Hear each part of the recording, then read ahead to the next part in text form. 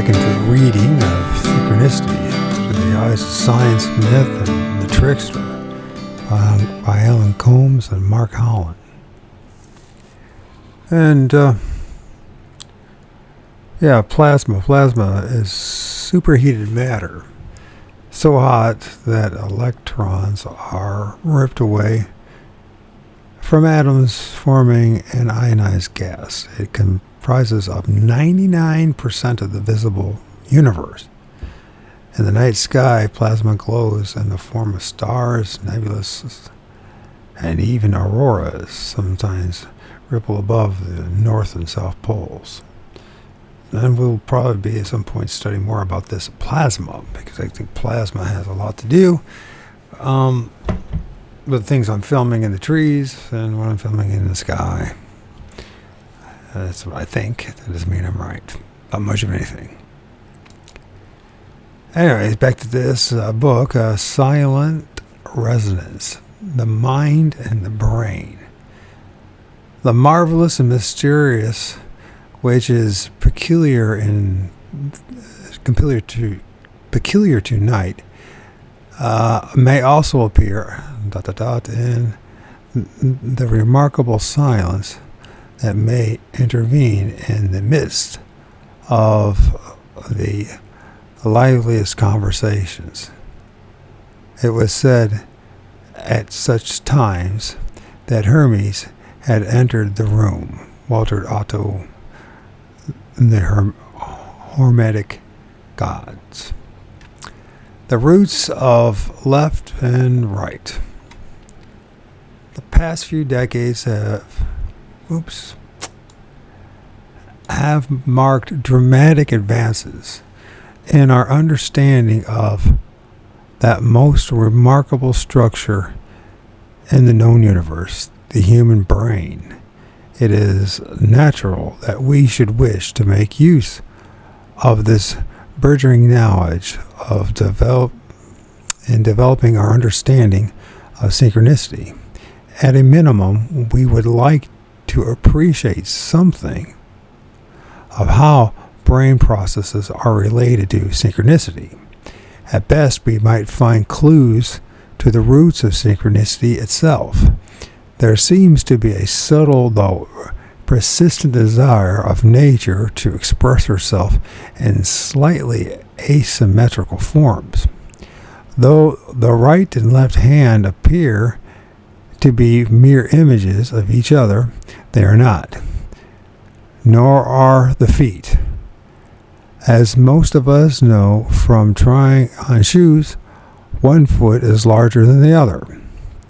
In the last century, Louis Pasteur noted that while tartaric acid molecules come in two shapes, one is the mirror image of the other, a certain plant mold he was studying acted on only one of the forms.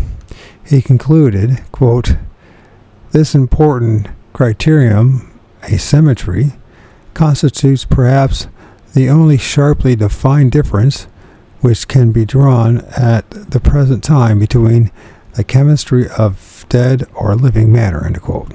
Indeed, the importance of asymmetry in living matter is attested to by the fact that molecules most basic to life, the protein molecule and the double helix, are asymmetrical, winding in only one direction.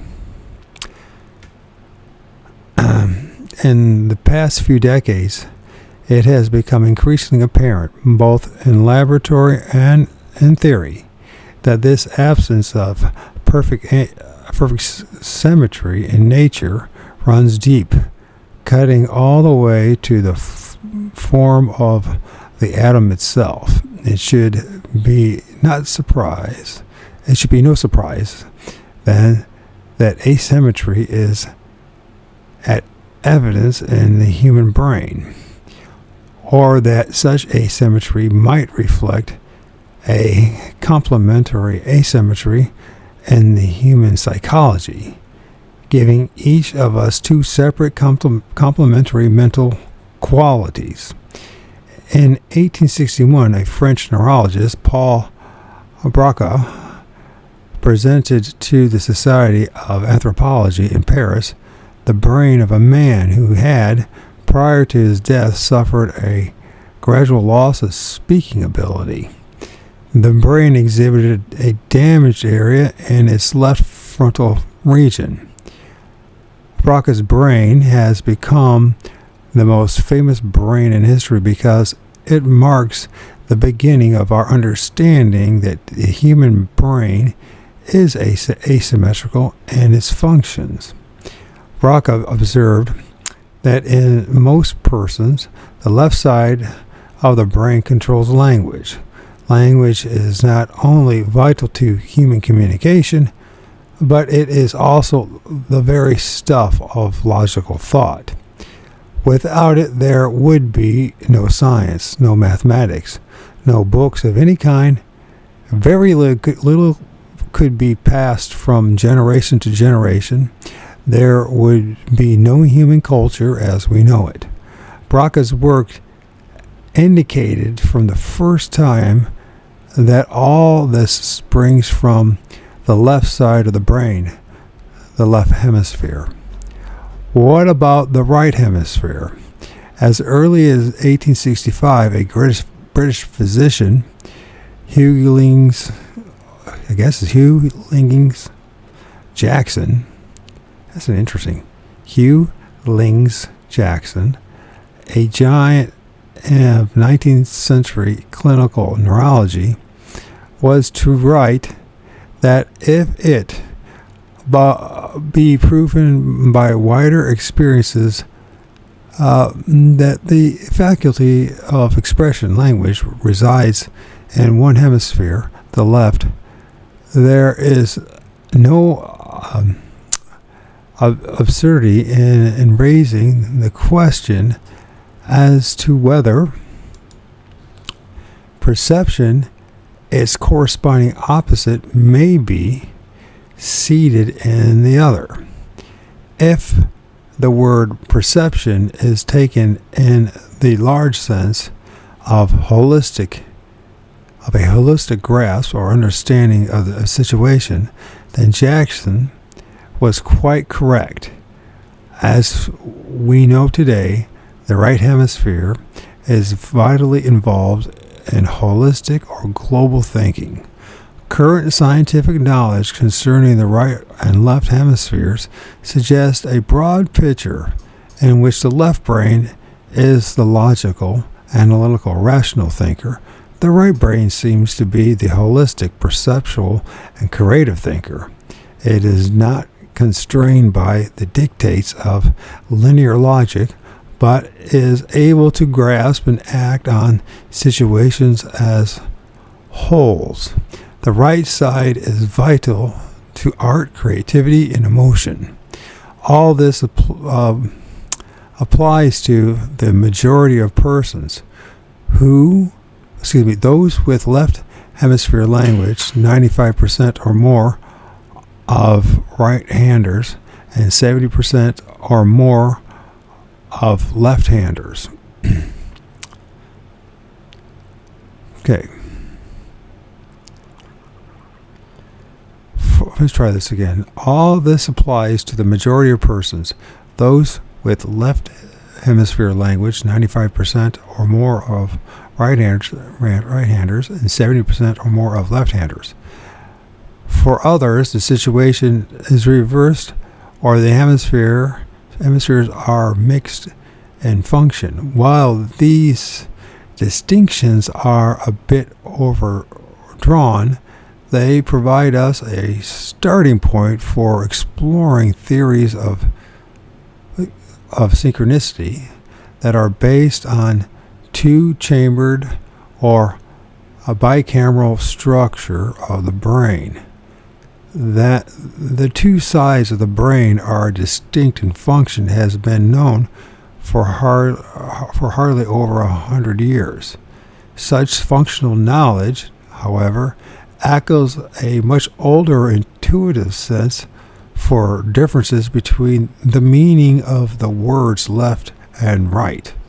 To understand this, we need to note that the brain is connected or wired to the body so that the left hemisphere controls the right side of the body and the right hemisphere controls the left side. The left brain, for example, controls the right hand, while the right brain controls the left hand. This is why a severe stroke to the left language brain can affect not only the individual's speech but also paralyze the right side of the body. Along with this crossover of control, there is a similar crossover of sensation, so that what is felt on the left side of the body is registered by the right side of the brain, and vice versa. With this as the key, we can understand certain differences between symbolism of right and left that have been known intuitively for many years. Psychologist Jerome Berner, a pioneer in the understanding of creative thought and intuition, wrote in 1962, "Since childhood I have been enchanted by the fact and the symbolism of the right and the left. The one the doer, the other the dreamer. The right the order and lawfulness. L'el droit. Its beauties are those of geometry and thought implication. Reaching for knowledge with the right hand is science.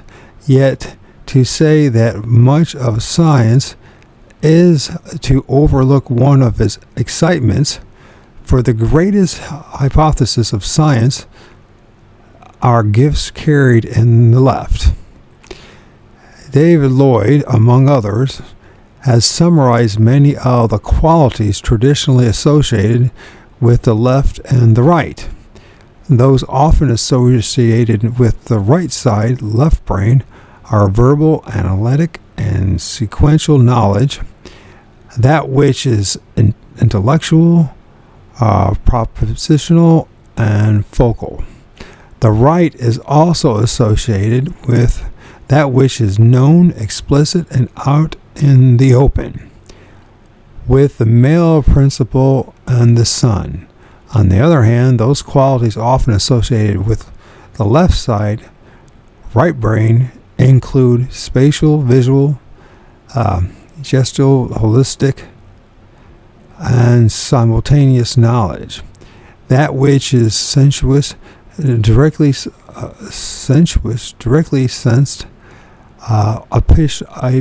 positional, all elements existing together at once, and diffuse. The left is also associated with the implicit, unknown, mysterious, fertile, creative, and with the female principle and the moon. The tomb of the gods. A creative and articulate theory of synchronicities based on brain function was offered by Barbara Honegger in a paper presented at the 1979 meeting of the Parapsychology Association. In it, she proposed that meaningful coincidences are externalized dream-like processes controlled by a second language center located in the right hemisphere of the brain. The notion that the right hemisphere may have a language center of its own, separate from the left hemisphere, was not new. In 1976, psychologist Julian Jaynes published The Origin of Consciousness and the Breakdown of the Bicameral Mind. In this book, he argues that in ancient times, prior to about the first millennia BC, the right hemisphere of the brain had a language center which functioned quite independently of the left. This center spoke to the left brain in powerful and demanding voices via certain of the large neural pathways that connect the two hemispheres.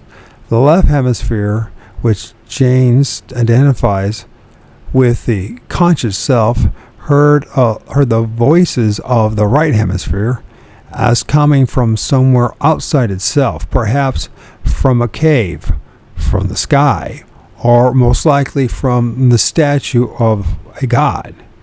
These were the voices of the gods. Such voices, according to Jane, spoke with absolute authority to the conscious self of the left hemisphere, giving instructions regarding virtually all major decisions that had to be made. The records left by the ancient Mesopotamians are filled with specific references to such directives. For instance, an old Sumerian proverb says, "Act promptly, make your God happy."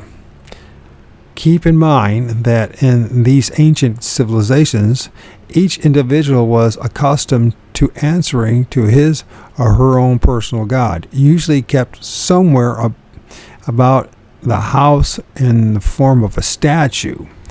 The average person had little intercourse with the great gods. That these communications were real to the persons who experienced them is evidenced in many of the cuneiform texts. From about the 17th century BC, for example, we have an account of the goddess Ningal as counselor, exceedingly wise commander, princess of all the great gods, exalted speaker, whose utterance is unrivaled. Janes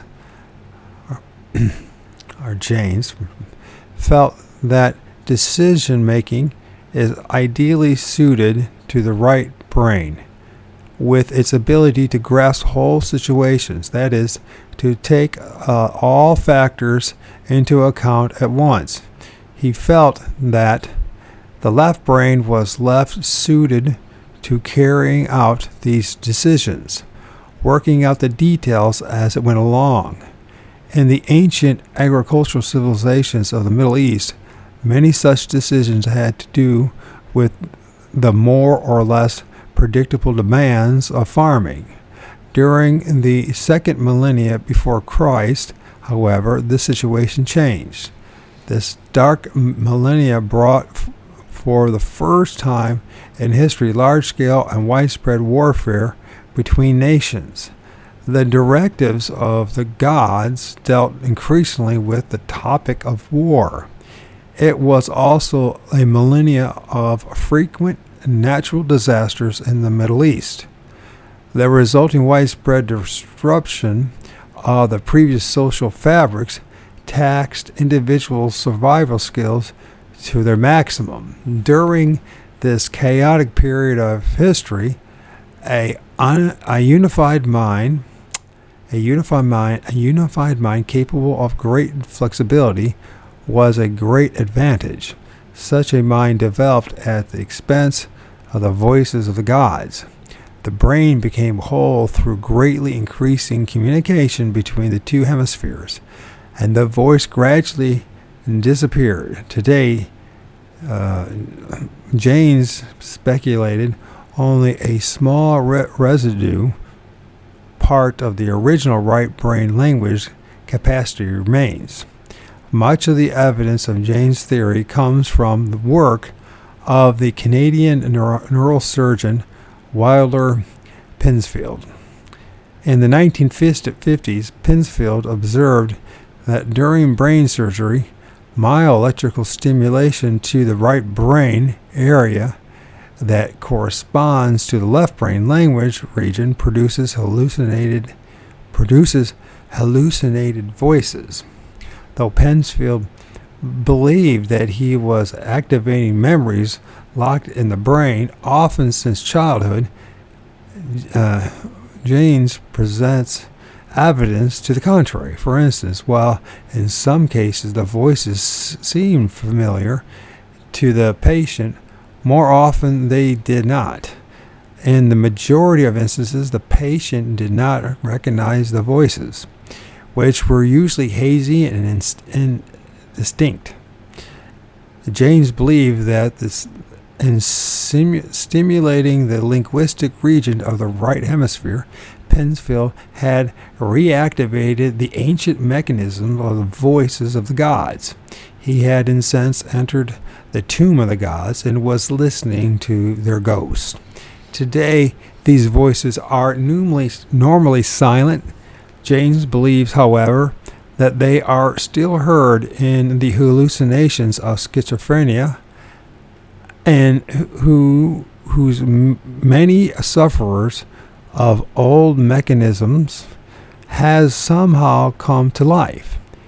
He notes that prior to the advent of modern drug therapy, the majority of those with schizophrenia experienced such voices. They tended to carry great authority for the schizophrenia victim who, with only the greatest of effort, could willfully ignore them. Moreover, voices were demanding, as the gods had once been, and like the gods, they often seemed to come from outside the individual, from somewhere else in the room, or in some instances even lacked spatial location entirely.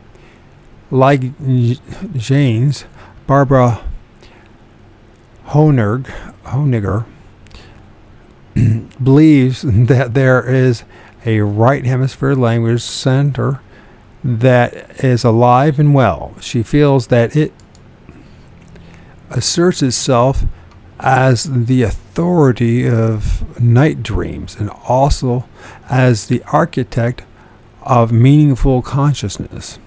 Now, the notion of the right hemisphere language center is highly speculative, despite Penfield's observations during surgery. Honegger's theory does not actually require that the right hemisphere have a fully developed speech faculty. Rather, it must have a minimum its own deep structure linguistic process. Linguists use this term to refer to the meaning and relationships expressed by a sentence, as opposed to the literal form of the sentence as it is spoken or written. The surface structure. A sentence in French, for instance, may have the same deep structure as an equivalent one in English. While their surface structures are quite different, Honegger's views right brain hemisphere deep structure as the source of both night dreams and synchronistic coincidences, as well as a variety of types of paranormal phenomena. Interestingly, Honegger's theory does not actually take its origin from Jaden's or even from Penfield's work, but rather from an examination of the content of dreams as compared to the content of synchronistic coincidences. She pointed out that since the time of the publication in the late 19th century of Freud's classic, The Interpretation of Dreams, certain major theories of dream interpretation have emphasized the idea that dreams hide a deep structure of a basically linguistic nature. In other words, the real meaning of a dream is to be found in a verbal formula that underlies it. A straightforward instance of this, and one that Freud believed to be common, is the depiction of verbal puns in dream images. In fact, one of the authors of this book had such a dream 2 nights before writing this passage. He went to bed quite late, completely exhausted, and slept deeply. The last thing he did before falling asleep was to watch an old Twilight Zone rerun about 3 astronauts who landed on an asteroid that turned out to be a cemetery maintained by some advanced civilization. No doubt this influenced the content of the subsequent dream. In it, the author found himself actually sleeping in a cemetery. The deep structure message of the dream was that he was sleeping the sleep of the dead.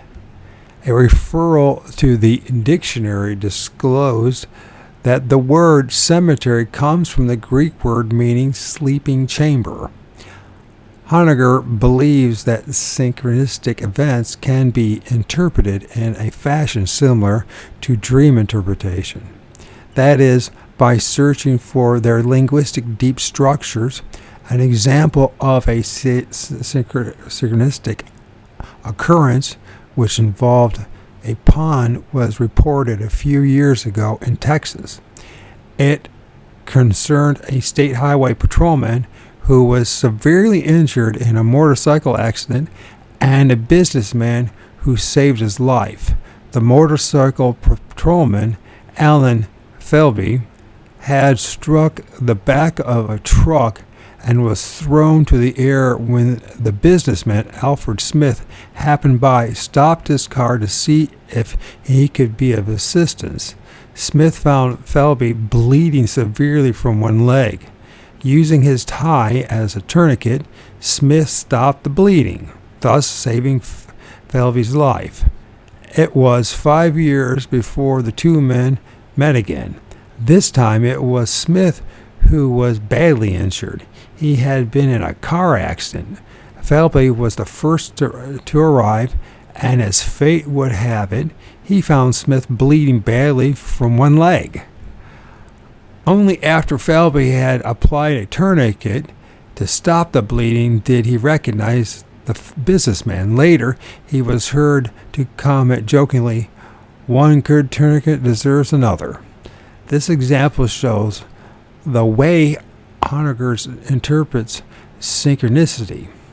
In the Freudian tradition, she emphasizes the hidden linguistic relationships, in this case, a pun. In other examples, Honegger also expresses hidden verbal meanings. It concerns an acquaintance of hers, a lady who found, to her surprise, that the word congeniality was not listed in her Webster dictionary. She commented about this to her sister. Both were later removing books from the library shelves of their family's home in preparation for selling the house when the lady remarked that she had just removed the novel Don Quixote. I can't say it. Everybody knows what that is. I'm going to have to... Damn MS. Something always trips me up. It doesn't matter what it is, and it's never going to end. That's one of the big reasons why I'm doing this. Because Don Quixote. And I can't fucking say half the words I used to be able to say. Don Quixote. Don Quixote. Jeez. Very frustrating. Removed the novel Don Quixote. On the other side of the room, her sister noticed that the book was in her own hands at the very moment. And they both commented on the coincidence. Later, while sitting in a rocking chair in her father's room, the lady noticed a hanger on the floor and bent over to pick it up. wrenched her back. Now it turns out that her father was a kindly and dignified Don Quixote type of a gentleman of the family named Webster. He was prone to martyrdom in family affairs, but was less than happy about the forthcoming sale of the house. Honegger comments, "From these events, I was able to predict that the lady felt deep frustration at the lack of congeniality in her family, that both sisters felt much of the problem was due to their father who, like Quixote, Don Quixote, felt called upon to redress the wrongs of the world.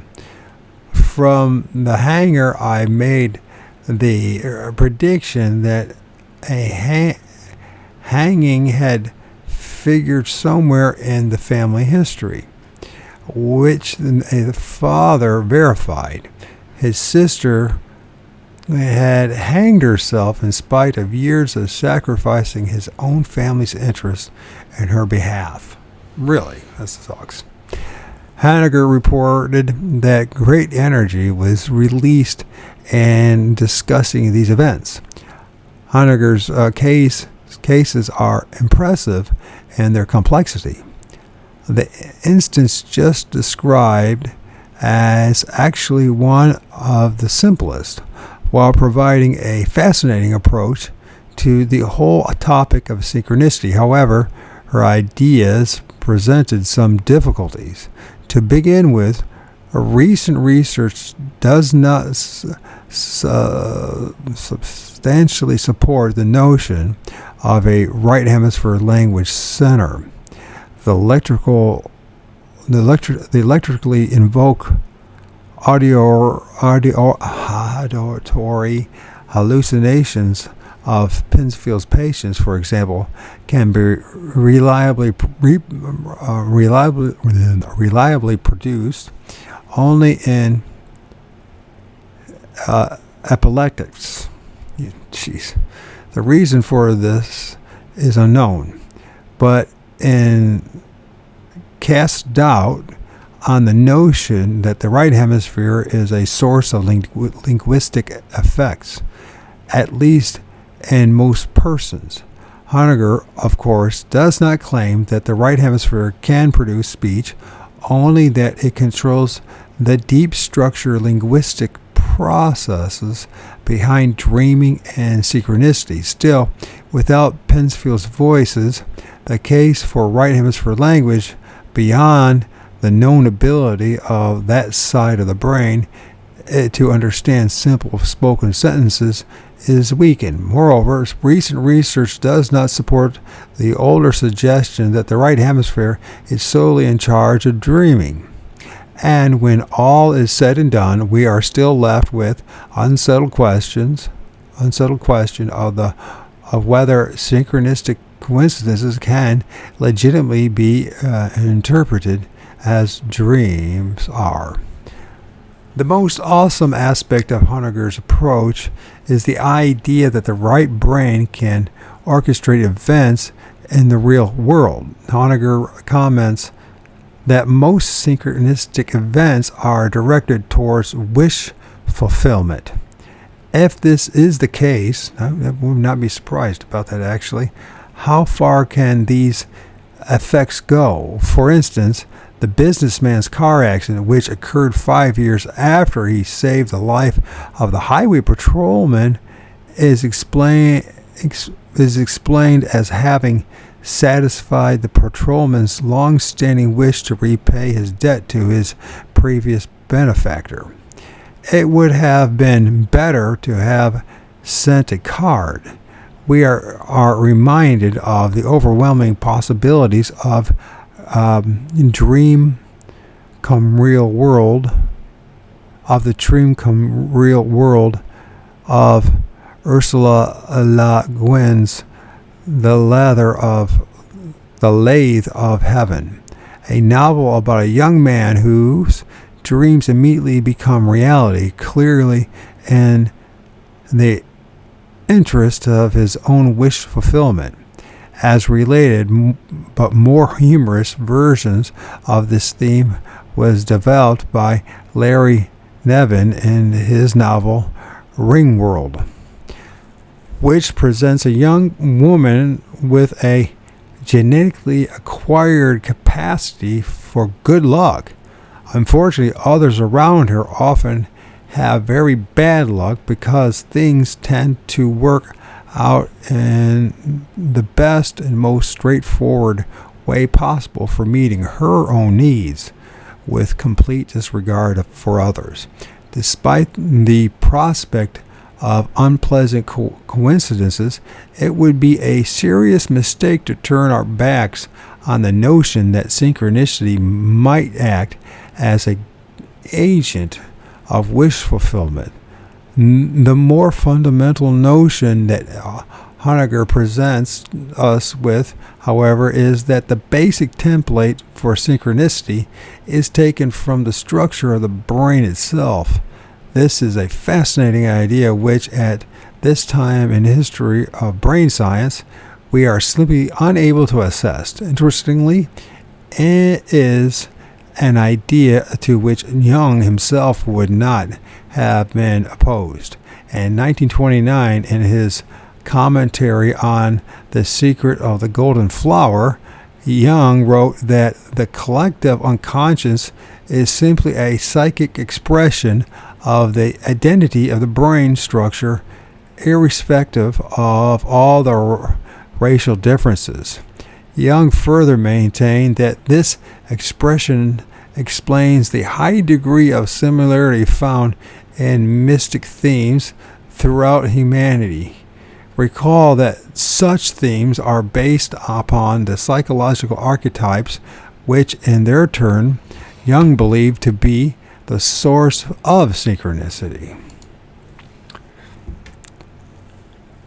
So this next part is silent resonance. Another avenue to understanding the connection between synchronicity and the brain involves the meditative state. There appears to be a link between synchronicity and meditation.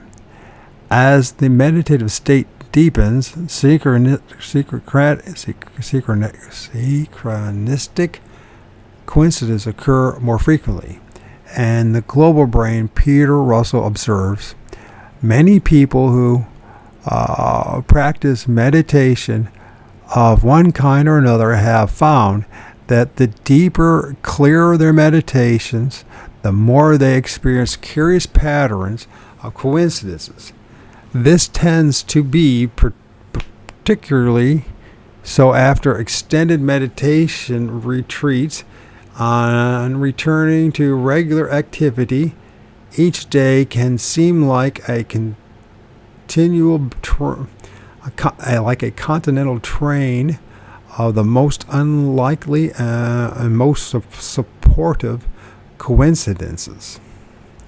Eventually, prayer can have a similar effect.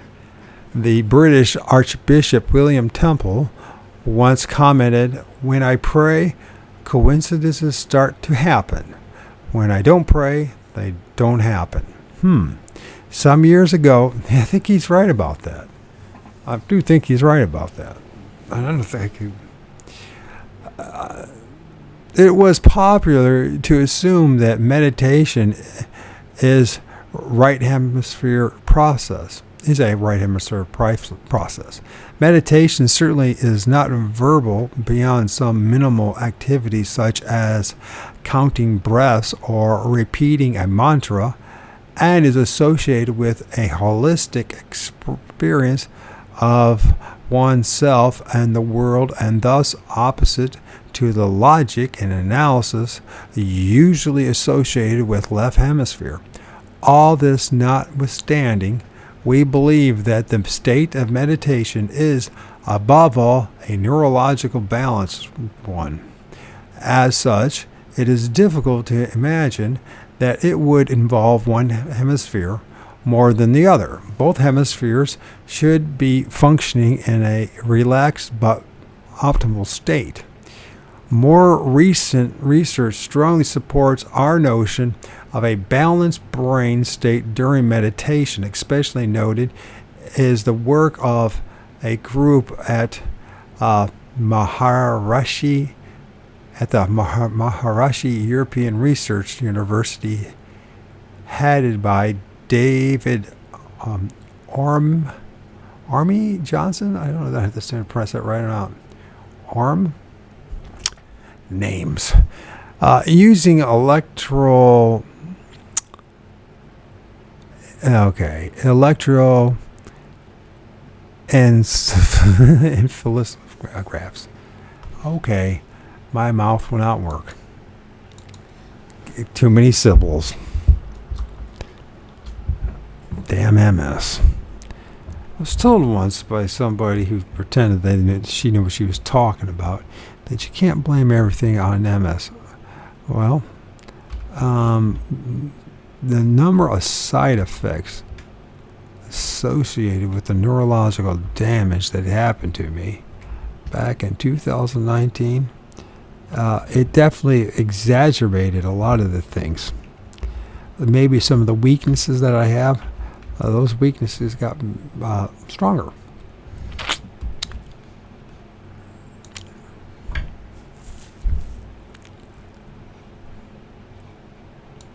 Electroencephalography. Now, you try to say that. Electroencephalography. Electroencephalography. Electroencephalography. I still didn't say it right. Electroencephalography. Electroencephalography.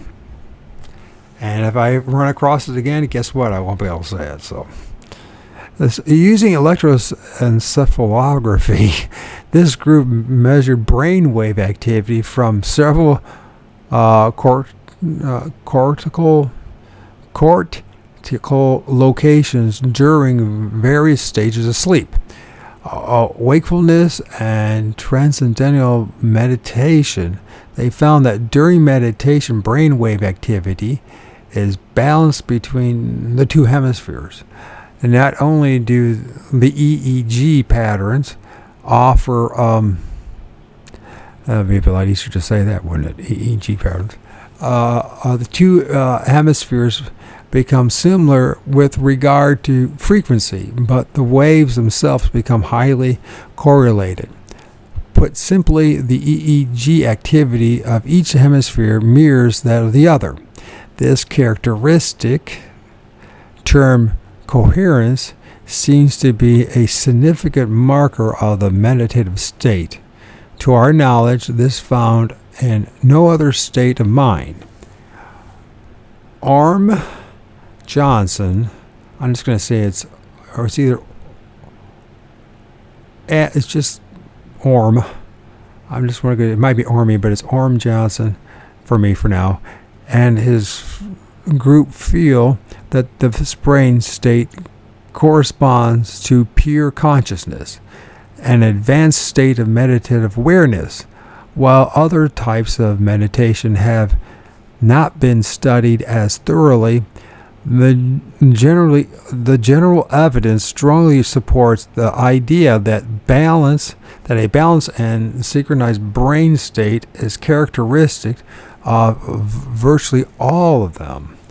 Pulling all this together, we have substantial reason to suspect that the mode of brain activity most favorable in synchronicity is the balance, profoundly silent state experienced in deep meditation and prayer, a state which is accompanied by resonant coherence of EEG rhythm. This is the silent resonance of the brain, the holographic brain.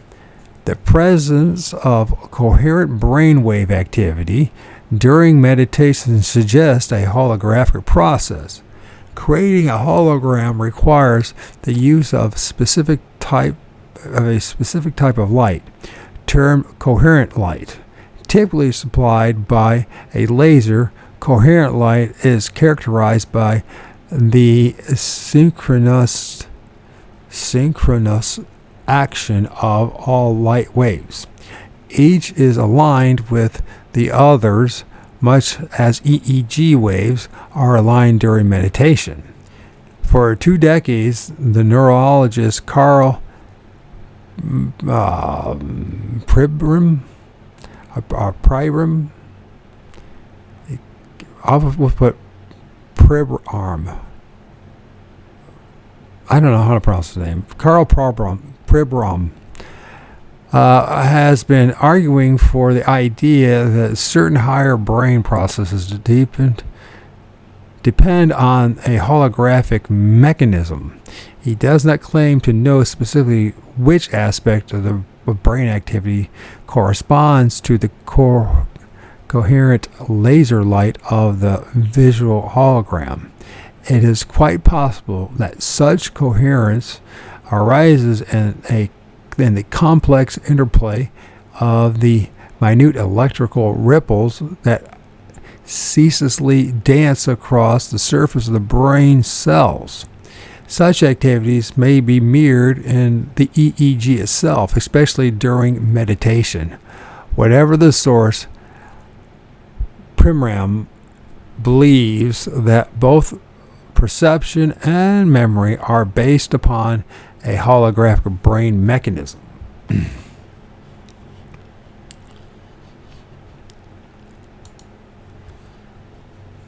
Several lines of evidence lead support to Primram's view. First, perception seems subjectively much like a hologram. The experience of the visual world is one of depth and richness such as might be expected in a hologram rather than, say, in a flat two-dimensional photographic image. Moreover, current studies of perception and artificial intelligence emphasizes the holistic aspect of vision. Engineers working on visual systems and robots are finding a sequential item-by-item analysis typical of conventional computers unable to cope with the immense complexities of real-world visual events. They are resorting to holographic images to provide flexible, practical, robotic visual systems. There is also increasing evidence from neuroscience laboratories that the brain acts upon perceptual information in exactly the fashion one would expect if holographic processes are occurring. Specifically, holographic processes require that information, visual images, for example, be transformed into a form that expresses frequency or the rate of change in time or space. Recent studies of the visual centers of the brain show unmistakably that cells in these areas do indeed perform just such translations. Other evidence comes from the study of how the brain stores memories.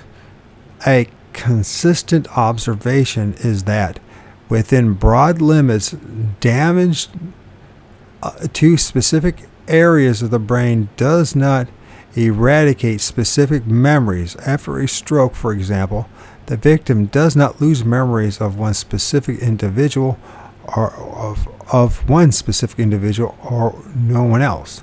That is what might be expected if such memories were stored in individual locations, like images on a photographic plate. In fact, if the brain damage is extensive, memory typically becomes fuzzy. That is exactly what one would expect if the brain operates like a holographic plate rather than a photographic one. Recall that each part of the holographic plate contains its own whole image. Unlike a photograph, when part of the hologram is damaged, the entire picture is still preserved in what remains. If a large portion of the holographic plate is lost, the image, like memory after extensive brain damage, becomes fuzzy. Holographic plates, moreover, are able simultaneously to store large numbers of images without mutual interference. This quality separates holographic plates. I did say holistic, but I meant to say holographic plates from photographic negatives, on which multiple images result in a confused blur. High capacity storage is another aspect of the holography that makes it seem similar to human memory, which seems to be virtually limitless. Let us suppose that under certain conditions, the human brain has the capability, as suggested by Dr. Loy in Chapter 2, to range in a much larger holographic reality. Bohm implicate order. It is reasonable. Bohm's implicate order. It is reasonable to suspect that the coherent EEG pattern seen in deep meditation signifies a state of holographic brain activity which is conducive to such rangings. If, as we also suggested in Chapter 2, the implicate order contains universal patterns or cosmic archetypes, such as the spiral seen in such diverse locations as seashells, whirlpools, the arrangement of the seeds of sunflowers, and the spiral galaxy. Then deep meditation is an optimal state for opening receptively to the presence of such archetypes. Perhaps the implicate order is also the receptacle of the blueprints for the psychological archetypes described by Jung and encountered in mythology. Then we would expect meditation, perhaps prayer too, to be catalysts for synchronistic coincidences, the expressions of the activations of such archetypes. Jung believed that synchronicity argues for a level of reality which, like Bohm's implicate order, forms a common foundation for both mental and physical existence. We will examine this foundation, for which Jung uses the medieval term unus mundus, one world.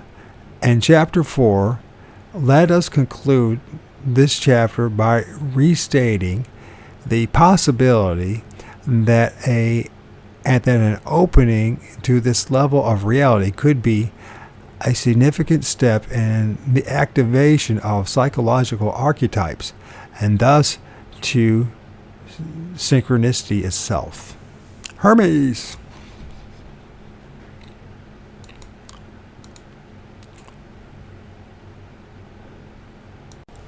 Hermes. In a room filled with conversation, there occasionally spreads a lull of profound silence. Among the ancient Greeks, it was said that at such moments Hermes had entered the room. Hermes symbolizes the penetration of boundaries between villages and boundaries between people, boundaries between consciousness and the unconscious. With his winged sandals and cape of invisibility. Hermes brings the numinous power of the unconscious into the world of the ordinary experience, carrying with it the capacity to catalyze synchronistic coincidences. The room the room in question, however, is not located in a house made of wood and stone.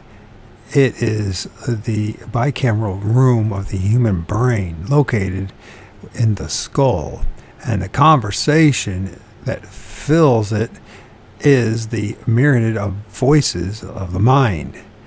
When these are silenced, it becomes possible for archetypes to move forward towards expression. As we have seen, the activation of such archetypes is the cornerstone of synchronicity. That's the end of part 1. And now we're going to be getting into part 2, synchronicity and myth. And this is probably a good place to stop anyways. So this will be close to an hour of reading.